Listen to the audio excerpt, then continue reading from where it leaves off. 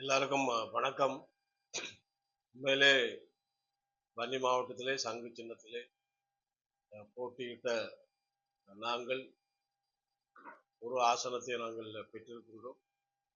அந்த வகையிலே என்னோடு இந்த கட்சிக்காக உழைத்த 9 வேட்பாளர்களுக்கும் நான் நன்றி சொல்ல கடமைப்பட்டிருக்கின்றேன்.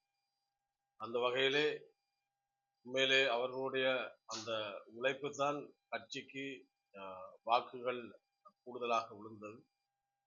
மிக உற்சாகமாக கட்சிக்கு ஆசனங்கள் கிடைக்க வேண்டும் என்று அவர்கள் மிகவும் இராப்பகல் பாராது செயல்பட்டார்கள். அதே போல எங்களுடைய மக்கள் வன்னி மாவட்டத்திலே எங்களுடைய சங்கு சின்னத்தை வாக்களித்து ஒரு ஆசனத்தை பெற்று தந்திருக்கிறார்கள். அந்த வகையிலே எங்களுடைய மக்களுக்கும் இந்த நேரத்திலே நான் நன்றி சொல்ல கடமைப்பட்டிருக்கிறேன். குறிப்பாக நாங்கள் 2 விடயங்களை சொல்லி மக்களிடம் வாக்கை சேகரித்தோம். ஒன்று இன விடுதலை சம்பந்தமாக, இன பிரச்சனை சம்பந்தமாக நாங்கள்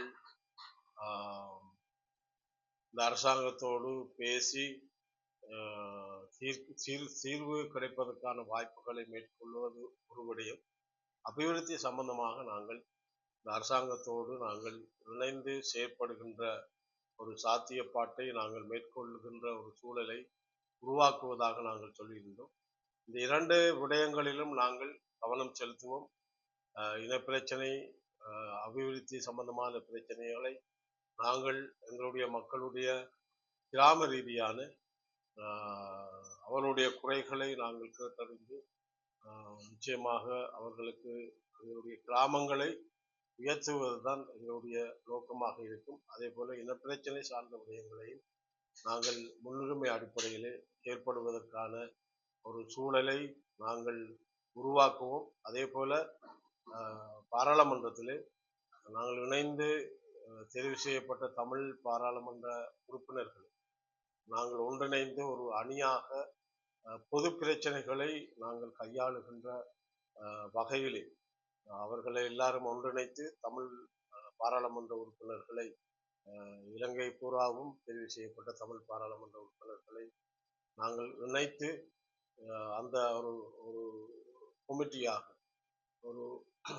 ஒற்றுமையான பொது வேலை திட்டங்களிலே எங்களுடைய செயற்பாடுகள் ஒன்றாக இருப்பதற்கான முயற்சிகளை நான் மேற்கொள்ள இருக்கிறேன். அந்த வகையிலே பாராளுமன்றத்திலே நாங்கள் ஒன்றாக இணைந்து எங்களுடைய மக்களுடைய அபிவிருத்தியையும் எங்களுடைய இந்த நாட்டிலே இருக்கின்ற இவையோடு போயிருக்கின்ற இந்த இனப்பிரச்சனை தீர்வையும், குறிப்பாக ஜனாதிபதி அவர்கள் சொன்னது போல சிறை அரசியல் கைதிகளை விடுதலை செய்வதும், காணாமல் போனவர்கள் தங்களுடைய போராட்டத்தின் ஊடாக இன்றைக்கும் தங்களுடைய உறவுகளை தேடிக்கொண்டிருக்கின்ற அந்த நிலையிலே அவர்களுக்கு நியாயம் கிடைப்பதற்கான ஒரு வழிமுறையை நாங்கள் கையாளுகின்ற சூழலை உருவாக்குவதும், எங்களுடைய நிலங்கள் பறிபோகாத ஒரு சூழலை நாங்கள்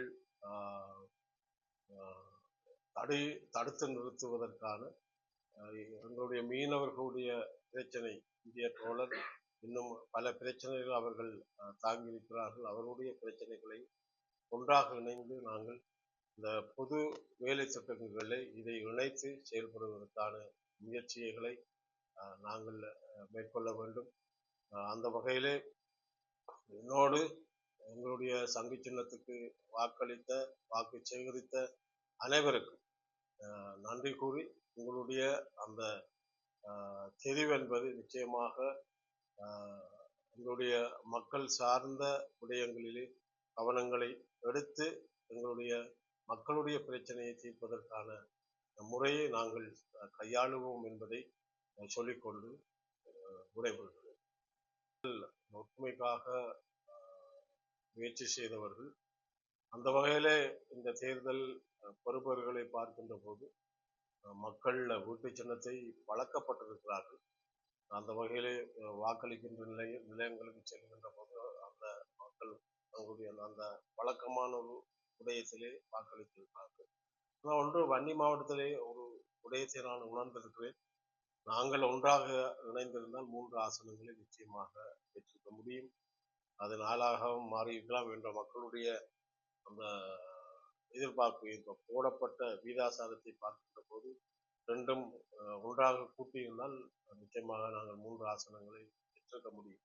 இது ஒரு ஒரு அபாயகரமான ஒரு செயல்பாடு. இனிவரும் காலங்களிலே நாங்கள் ஒற்றுமையாக நின்றுதான் எல்லா தேர்தலிலேயும் நாங்கள் பங்கு பெற்ற வேண்டும். ஒற்றுமையாக இருந்தால் எங்களுடைய பொது பிரச்சனைகள் நாங்கள் கையாள வேண்டும் என்பதை மக்கள் உணர்த்தி இருக்கிறார். ஆகவே பிரிஞ்சு சென்று ஒற்றுமை இல்லாமல் இருந்தால் நாங்கள் உங்களோடு இருக்க மாட்டோம் என்ற செய்தியையும் மக்கள் தெளிவாக சொல்லியிருக்கிறார். அந்த வகையிலே அந்த ஒற்றுமையை நாங்கள் மேற்கொள்ள வேண்டும்.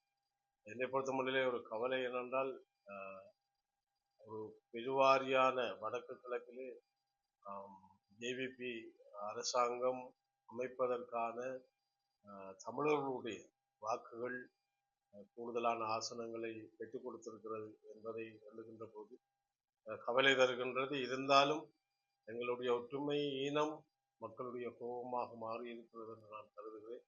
அவை எல்லோரும் இதிலே ஒற்றுமையாக செயல்படுவதற்கான ஒரு சந்தர்ப்பத்தை உருவாக்க வேண்டும். அந்த வகையிலே நாங்கள் ஒற்றுமையாக செயல்படுவதற்கான முயற்சிகளை நிச்சயமாக மேற்கொள்வோம்.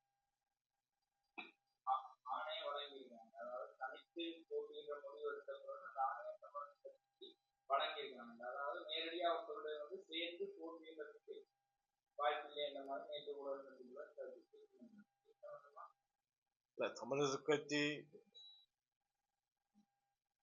கட்சி குழப்பங்களிலிருந்து மீளவில்லை. நான் அதான் முதலே சொன்னேன். பழக்கப்பட்ட இந்த ஒட்டுச்சின்னம் என்பது எங்களுடைய மக்களுடைய மனங்களிலே பழக்கப்பட்ட ஒரு விடயம். அதைவிட தலைவருடைய ஆணையின் பிரகாரம் உருவாக்கப்பட்ட வீடு என்றெல்லாம் மக்கள் இப்பொழுதும் பேசுகிறார்கள். அந்த வகையிலே தான் போடப்பட்டதை ஒழிய இந்த தமிழரசு கட்சியின் ஆர்வம் காரணமாக போடவில்லை என்பது என்னுடைய கருத்து. ஆகவே அவர்கள் சுமந்திரன் சொன்ன கருத்தை எப்படி அதை பார்ப்பது என்பது எனக்கு தெரியவில்லை. ஆனால் அவர்கள் ஒற்றுமையை விரும்பினால் அல்லது ஒற்றுமையாக போக வேண்டும் என்று விரும்பினால் நாங்கள் கைகோர்க்க தயாராக இருக்கிறோம். அது விலை இனத்தின் அடிப்படையிலே என்று யாரும் தப்பாக நினைக்க வேண்டாம். மக்களுடைய கோபத்தை தணிப்பதற்கான ஒரு அடையாளமாக நாங்கள் இணைந்து செல்வது நன்றாக இருப்பது. நான் உண்மையிலே கொள்கையோடு மக்கள் அந்த சங்கு சின்னத்திலே ஜனாதிபதி தேர்தலில் தங்களுடைய வாக்குகளை விட்டிருந்தார்கள். அதன் பின்பு எங்களோடு இருந்தவர்களே எங்களை பற்றி களவாடி விட்டார்கள் என்றெல்லாம் பொது சபையினர் எங்களோடு இருந்துவிட்டு எங்களுக்கே பிறகு ஒன்றுமே தெரியாது போல நிலாந்தன் போன்றவர்கள் பதில் சொல்ல ஒழிக்கிட்டார்கள். உண்மையிலே இந்த சங்கு சின்னத்தை நாங்கள் எடுக்கவில்லை என்றால் வேறொரு புலனாய்வுத்துறை எடுத்து அதன் ஊடாக வாக்குகளை பெற்றிருக்கும். இது எழுத்தாளர்களுக்கு தெரியவில்லை போல. ஆகவே அதுவும் ஒரு பாதிப்பை எங்களுக்கு தந்திருக்கிறது. இருந்தாலும் மக்களுடைய நான் கருதுவது என்னென்றால் மக்களுடைய ஒற்றுமையாகவில்லை என்ற அந்த கோபத்தின் அடிப்படையில் தான் ஜேவிபி கூடுதலாக தங்களுடைய வாக்குகளை பெற்றிருக்கிறார்கள். அதுவும் குறிப்பாக தமிழர்களை தெரிவு செய்திருக்கிறார்கள். உண்மையிலே ஒரு சிங்கள பிரதிநிதித்துவம் வர இருக்கின்ற ஒரு அபாயத்தை தவிர்த்திருக்கிறார். அந்த வகையிலே தமிழ் மக்கள் புத்திசாலித்தனமாக செயல்பட்டிருக்கிறார்கள். ஆனால் கவலை சங்கு சின்னத்தில் ஒரே ஒரு ஆசனம் கிடைத்தது. அது சங்கு சின்னத்தை மக்கள் ஒட்டுமொத்தமாக வெறுத்தார்கள் என்று அர்த்தமல்ல. எங்களை பொறுத்த மட்டிலே பரவலாக மக்கள் தங்களுடைய ஆதரவை தெரிவித்திருக்கிறார்கள். அது ஒரு பக்கம் கோபம் ஒன்றிணையவில்லை என்று, ஒரு பக்கம் இப்போ இருக்கின்ற இந்த அனுர அலை இளைஞர்களை தாக்கி இருக்கிறது. அந்த வகையிலே அதுவும் ஒரு காரணமாகத்தான் இருக்கிறதோடைய சங்கு சின்னத்தை மக்கள் வெறுக்கவில்லை என்பதை இதனால் சொல்லிக்கொள்ள விரும்புகின்றேன். 14 வாக்குகள் கிடைத்திருந்தால் யாழ்ப்பாணத்திலே ஒரு ஆசனத்தை நாங்கள் பெற்றிருக்க முடியும் என்பது தேர்தல் முடிவுகள் காட்டுகின்றன. ஆகவே மக்கள் சங்கு சின்னத்தை புறந்தள்ளவில்லை என்பதை நான் இங்கு குறிப்பிடுகிறேன்.